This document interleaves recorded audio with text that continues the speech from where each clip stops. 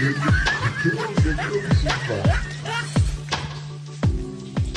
ini banjir.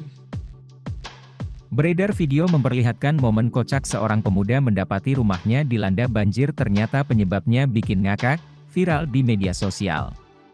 Video tersebut diunggah oleh akun Instagram Andre Ardian, Senin, 12 Juni 2023. Dalam video memperlihatkan seorang pemuda merekam bahwa rumahnya mengalami kebanjiran. Pemuda mengira banjir tersebut dari luar rumah.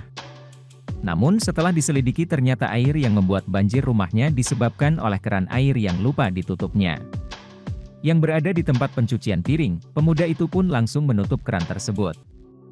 Air dari keran itu pun membanjiri seluruh ruangan sampai keluar halaman rumah.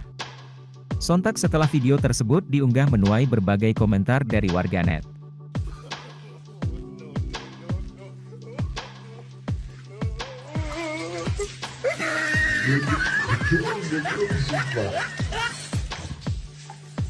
Sumpah ini banjir sampai ke depan anjing, sampai ke halaman.